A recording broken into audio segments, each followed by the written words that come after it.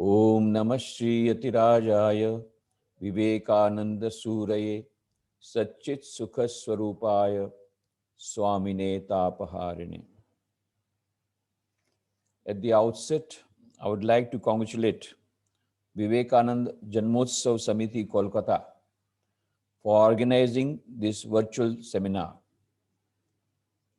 I'm sure the deliberations of this seminar will be of far-reaching effect. At this juncture, when we are passing through a great crisis all over the world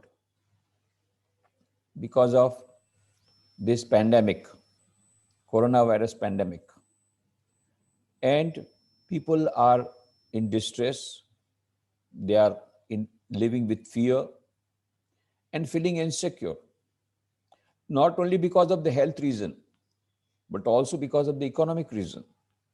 It is at this juncture that we require the message of Swami Vivekananda of strength more than ever. His message was the message of strength. He said, strength is life, weakness is death. And he gave that nectar of Vedanta to the Americans when he went to America, participate in the World's Parliament of Religions in Chicago in 1893 and delivered his historic speech on 11th September 1893. Mind you, that was also 9/11. But because we did not listen to his message of harmony of religions and universal brotherhood that he delivered on 11th September 1893, on 9/11, 1893, because we did not listen to his message, there was another 9/11 after 108 years. And the Twin Towers, they broke down and thousands of people died. When I went to America 2 years back, I found that place in New York is still called Ground Zero. There's a pool of water, nothing there. Of course, another Millennium Building is coming up and a museum is coming up on 9/11, but those Twin Towers are gone forever. Why? Because we did not listen to the message of harmony of religions, of universal brotherhood of Swami Vivekananda. So his message is very, very relevant, not only for India, but for the whole world, for whole of humanity. He was a global leader for a global civilization. And he is a global leader for a global civilization because he has not yet gone. He said, it may be that I shall find it good to get outside of this body, to cast it off like a disused garment, but I shall not cease to work. I shall inspire men everywhere until the world shall know that it is one with God. So he's still there. His spirit is still working there for the benefit of humanity. And we today, when we are passing through this crisis, when we are passing through this mental tension, everybody's under tension now. It is an age of tension. It is at this time that we very much require the message of strength of Swami Vivekananda and the nectar of Vedanta that he delivered, that he gave to the Americans in 1893. During that, his lecture on his paper on Hinduism that he delivered on 15th of September 1893 in America, he said, he quoted a shloka from the Shveta Upanishad and declared, Shrunvantu Vishve Amritasya Putraha Aye Dhamani Divyani Tastuhu Vedahametam Purusham Mahantam Aditya Varnam Tamasa Parastat Tameva Viditva Atimrityumeti Nanya Pantha Viditayanaya. I have found the ancient one who is beyond all miseries. By knowing him alone, you shall be free from all miseries. That is the thing that is the message that he delivered in that Parliament of Religions. And then he said, dear sisters and brothers of America, let me call you by this sweet name, Amritasya Putra. What a beautiful, sweet name. Amritasya Putra. Ye, the children of immortal bliss, holy and perfect beings, ye, divinities on us sinners, it is a sin to call a man so.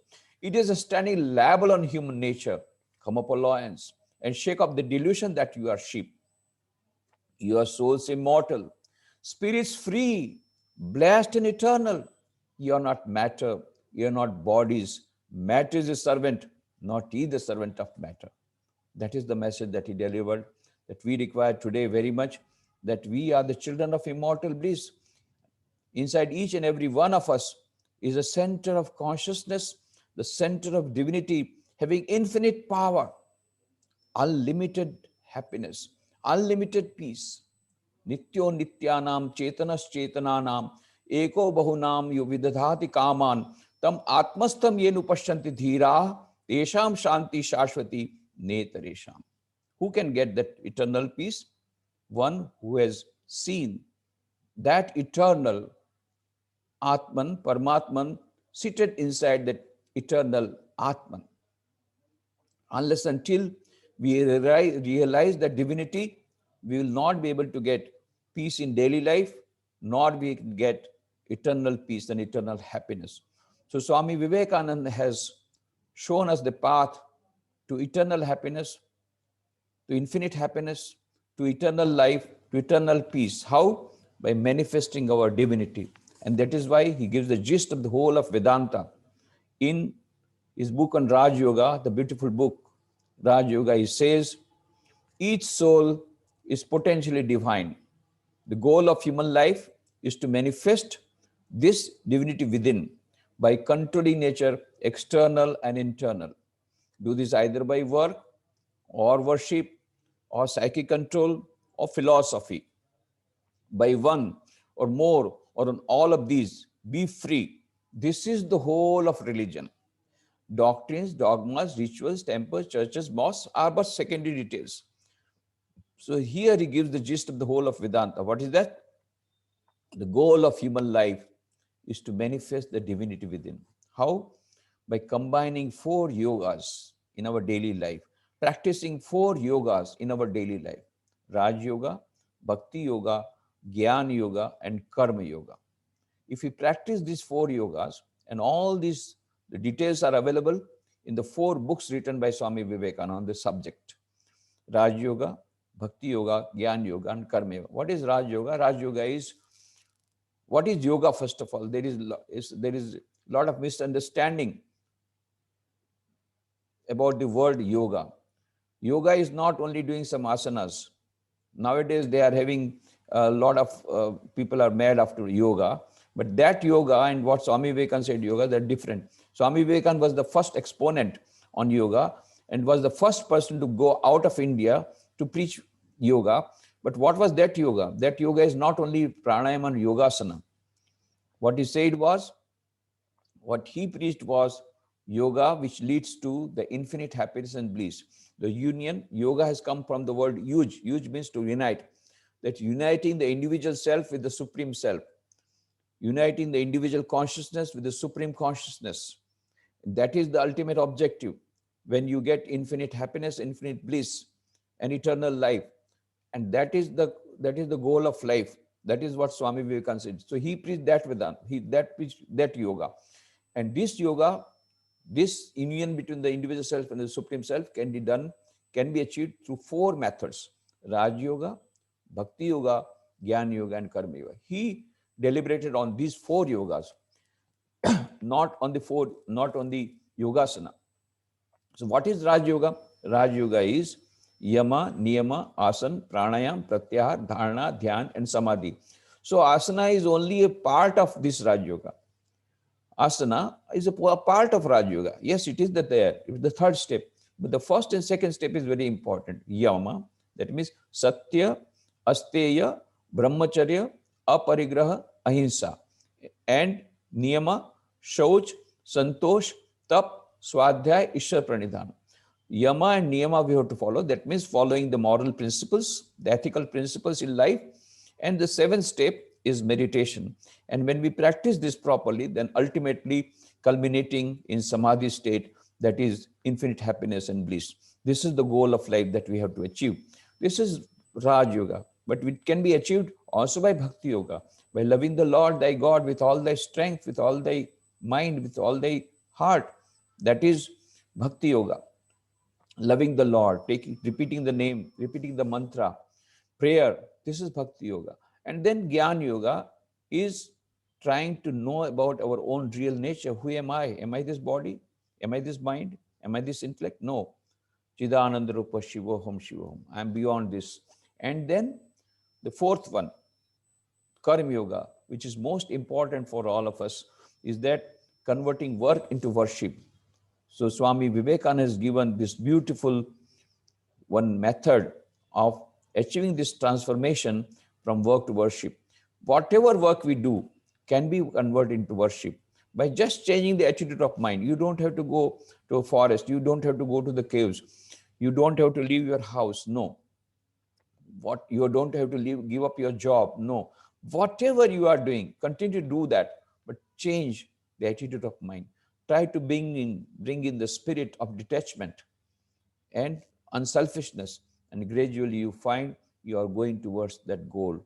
So Karma Yoga is the yoga of unselfish service, of unattached work, which leads you to the supreme reality. So these four methods, these four yogas, when we practice in everyday life, what happens? We ultimately reach the destination of infinite happiness and infinite bliss and eternal life. But in the process, when we are doing that, every day we get happiness and peace. Every day we get free from our tension and fears and afraid. Why? How? When we are meditating, it has been scientifically proved. Dr. Herbert Benson, the associate professor of Harvard Medical Institute, he proved after 25 years of research, the relaxation response is the name of the book, where he says one who regularly meditates, his blood pressure goes down. So the bypass surgery can be bypassed. Dr. Dean Ornish has written a book, Reversing the Heart Disease. So regular meditation will not only give you, practicing this meditation, practicing Raja Yoga will not only lead you to eternal happiness and peace. Everyday life also, you will be free from tension. Everyday life also, it will help you. It will help us in both ways. So let us try to practice these four yogas prescribed by Swami Vivekananda. And his message is very, very ennobling. And I would request all of you to read the books of Swami Vivekananda. Start with these four yogas, and then letters of Swami Vivekananda, lectures from Colombo to Almora. So many number of books. All of them are compiled into the complete works of Swami Vivekananda, which are available on the internet, free of cost. You can download and read those books. Hard copies are available in all of our centers in the Ramakrishna Math and Mission.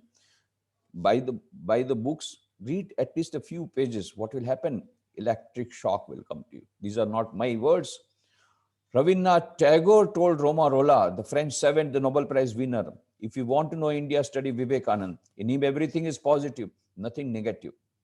And then Roma Rolla started reading the books of Swami Vivekananda. He was so much inspired that he wrote a biography on Swami Vivekananda. Later on said about the words of Swami Vivekananda. What did he say?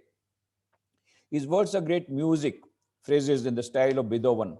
I cannot touch these sayings of his scattered as they are through pages at 30's distance without receiving a thrill through my body like an electric shock.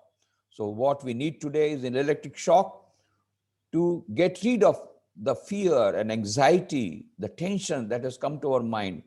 This electric shock will come from the books of Swami Vivekananda. I would humbly request all of you to please go through the books of Swami Vivekananda, feel that electric shock yourself, and fulfill the goal of human life. Thank you very much.